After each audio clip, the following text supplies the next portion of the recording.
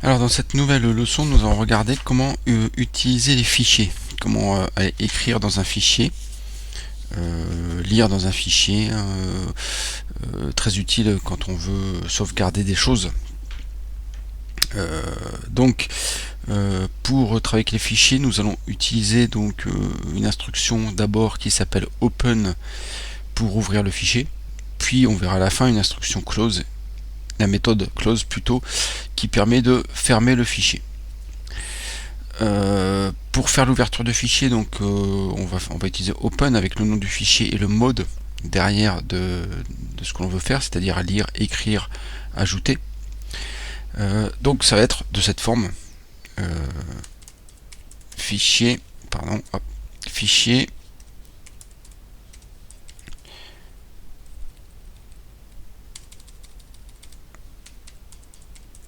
donc égal open, et donc nous allons ouvrir par exemple le fichier, on va quelconque, alors imaginons qu'il s'appelle fichier.txt, et nous allons derrière lui dire la méthode d'ouverture. Donc ça va pouvoir être R. Donc R, c'est-à-dire que l'on veut faire une lecture dans le fichier. Ça va pouvoir être W, donc si on veut faire une écriture dans le fichier, ou A, si on veut ajouter le fichier. Avec ces trois modes A, W, R, on peut ajouter B pour si on veut faire du mode binaire, T si on veut faire du mode texte, et plus pour ouverture en lecture et écriture. Donc par exemple, quelque chose du style, si on fait du style A+, on l'ouvre en lecture, écriture et en ajout avec le A. Pour fermer le fichier, alors par exemple je vais faire en lecture, pour fermer le fichier, oui bien sûr il me dit que le fichier n'existe pas, donc on va essayer d'ouvrir un fichier qui existe, style etc passwd. Voilà. Et donc si on regarde le type de fichier, nous avons que c'est un type file, donc fichier. Si je veux fermer maintenant, j'ai ouvert, je veux le fermer, je vais simplement prendre mon objet, donc fichier, lui demander d'utiliser la méthode close, et là le fichier donc est fermé. Et donc on peut le réouvrir bien sûr tout de suite après. Donc quand on a ouvert le fichier, on va pouvoir lire, écrire à l'intérieur. Donc nous allons avoir la méthode readline. Donc si mon fichier est ouvert, hein, je vais reprendre. Si j'ouvre mon fichier ici, donc je vais pouvoir faire fichier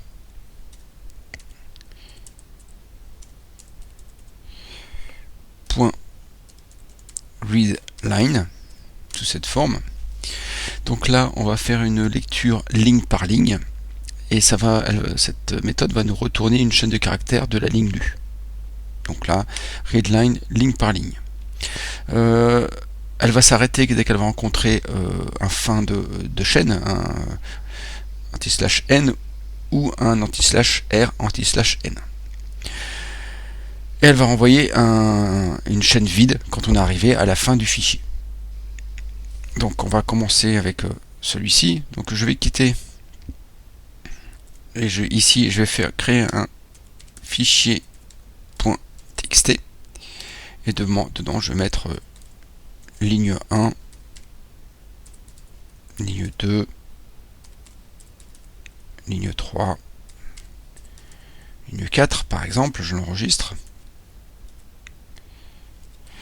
Et je vais retourner dans Python, et je vais faire donc mon fichier, je vais l'ouvrir. Je vais l'ouvrir en mode lecture, et je vais pouvoir faire donc maintenant un fichier readline. Et on voit que l'on lit, on lit bien la ligne 1 avec le retour chariot. Si je fais une readline, je passe à la ligne 2, et ainsi de suite. Et quand c'est fini, j'ai mon fichier vide, comme je viens de le dire. Donc, je peux comme ça détecter la fin de mon fichier. On a une autre méthode, donc je vais fermer. Je vais rouvrir. Voilà. Je vais réouvrir mon fichier, je remets le pointeur au début de mon fichier, et j'ai une seconde méthode qui ressemble à readline, mais à part que je vais faire avec un S à la fin, readlines. Donc celle-ci va intégralement lire le fichier. Bien sûr, il faut que le fichier soit d'une taille quand même raisonnable. Vous voyez qu'elle me met tout ça dans une liste où chaque élément de ma liste est un fichier. Est une ligne du fichier ouvert.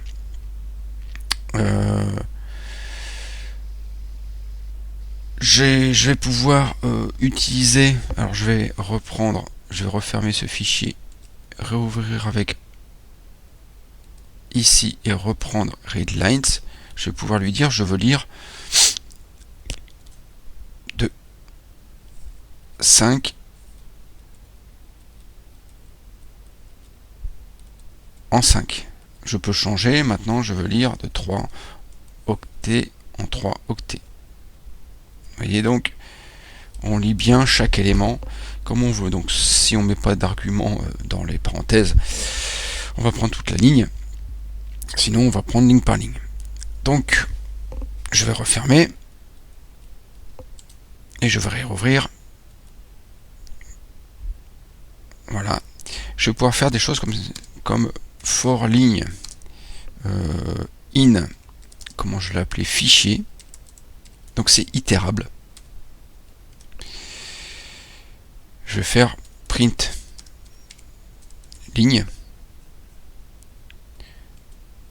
Et vous voyez que là, je prends chaque ligne une à une et je peux récupérer avec une boucle for pour lire chaque élément de mon fichier. Donc voilà, on voit que c'est quand même assez simple à utiliser pour aller lire dans un fichier. Si je veux maintenant aller écrire dans un fichier, donc je vais ouvrir un fichier que je vais appeler fichier 1, que je vais mettre en écriture. Le fichier 1 n'existe pas, mais là, comme je le fais en écriture, il va me créer. Donc si je veux maintenant écrire dans le fichier 1.txt, je vais pouvoir manipuler donc des fichiers binaires avec les méthodes read et write. Je vais pouvoir donc la méthode read, qu'elle va faire quoi? Elle va permettre de lire un fichier bloc par bloc. On indique en paramètre le nombre d'octets à lire et ça nous retourne une chaîne vide à la fin du fichier. Et write va permettre d'écrire une chaîne de caractères dans le fichier. On va voir tout de suite comment ça fonctionne. Si je prends, j'ai pris mon fichier, je l'ai rappelé fichier, donc je vais prendre fichier. Je vais dire que je veux écrire donc le point write. Voilà. Et je vais pouvoir écrire par exemple bonjour tout le monde. Pardon, je vais fermer ça. Donc ça doit se mettre dans le fichier. Je vais écrire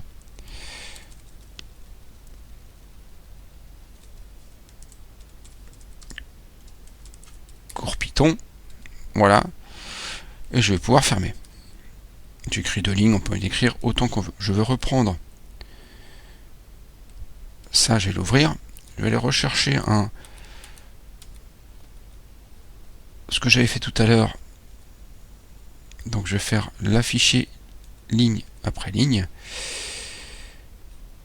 Oui, je ne l'ai pas ouvert. Vous voyez, on voit ici qu'il me dit que je ne l'ai pas ouvert comme il fallait. Bien sûr, je veux le lire.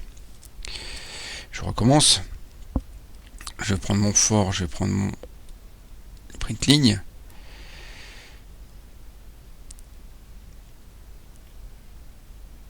Là, je n'ai pas de retour. Je vais faire un CTRL D. Je vais aller lire le contenu de fichier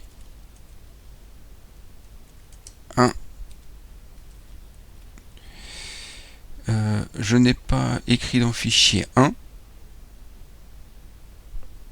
Donc je vais reprendre. Il s'est passé quelque chose, j'ai pas pu écrire dans le fichier 1. Je vais reprendre, ici il a dû se passer quelque chose, donc je reprends. Alors donc je vais faire, alors je marquais fic maintenant pour plus marquer fichier. Je vais faire donc open, donc fichier 1.txt. Je vais donc le faire en écriture. Voilà. Je vais faire un fic.write. Bonjour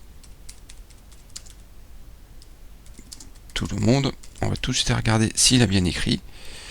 Voilà. Je vais faire un fic.close.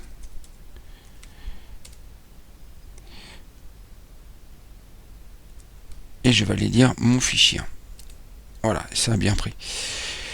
J'ai bien mon fichier qui s'est rempli avec ma ligne. Je vais reprendre.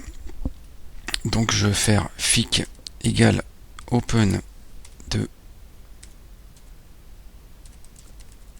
fichier 1.txt, virgule. En écriture, je vais faire en ajout pour pouvoir ajouter une ligne. Et je vais faire fic.write. Donc je vais ajouter cours Python.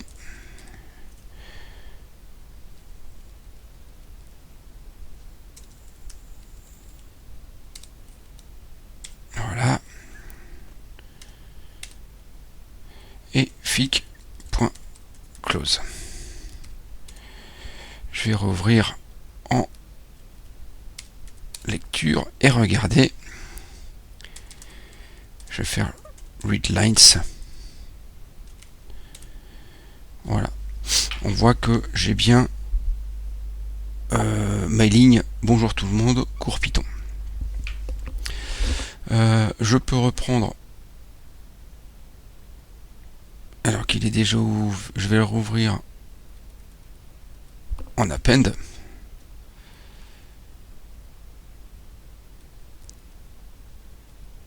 Voilà, je vais réécrire cours Python, mais je vais lui dire que il faut passer une ligne à la fin. Voilà, et je vais réécrire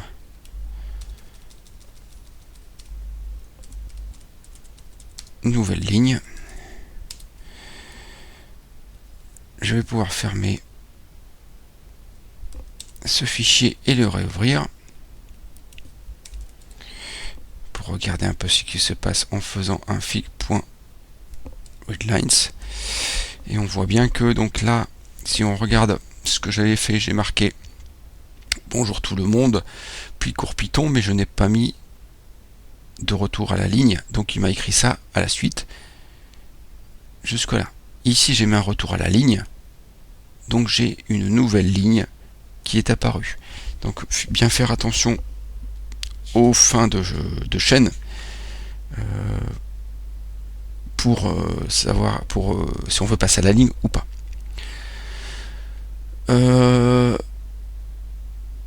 Une autre méthode qui est deux autres méthodes, on va dire, qui sont utiles, c'est la méthode tel qui permet de savoir l'endroit où on se trouve quand on est en train de lire un texte, parce que vous voyez que quand on lit un texte, on lit ligne par ligne pour savoir où on se trouve, donc la méthode tel, et la méthode seek qui permet de se déplacer dans un fichier à un endroit précis dans le fichier. Là on a du ligne par ligne, mais on pourrait se rendre à un endroit précis dans le fichier et regarder ce qui se passe. Donc je vais faire fic égale, je vais ouvrir pardon, je vais rouvrir le fichier etc passwd. Je vais le faire donc en lecture. Voilà. Je vais lire, donc je vais faire ligne égale, et je vais lire, je vais utiliser le read, j'en ai parlé mais on ne l'a pas encore utilisé, et je vais lire par exemple 10 octets. Et maintenant je pourrais faire un while, par exemple, while ligne, tant que quelque chose est dans ligne, c'est-à-dire qu'on n'est pas arrivé à la fin, je vais faire print, on se trouve 2 points, et je vais utiliser donc fic.tel, donc pour savoir où on se trouve. Je vais afficher la ligne ensuite, et je vais relire, donc je vais relire 10 autres octets, donc fic.read ici. Donc je vais regarder ce qui se passe. Donc voilà, on voit bien que on lit 10 octets par 10 octets. À chaque fois, on nous donne la position où on se trouve ici derrière. Si je recommence, donc je vais fermer le fichier. Je vais reprendre le fichier, je vais le réouvrir. Voilà, et je vais me placer à une position quelconque, par exemple 60 ici. Donc je place mon curseur à cette ligne et je vais lire directement, donc fic.read, et je vais lire à partir de la position 60 les 30 prochains octets. Voilà, et donc on peut se placer où on veut pour aller lire le contenu du fichier. Donc voilà pour ce qu'il existe pour... alors il y a d'autres choses bien sûr, mais le principal méthode et fonction pour aller lire et écrire dans les fichiers. Il nous reste à voir la sérialisation, donc je verrai ça dans un prochain enregistrement.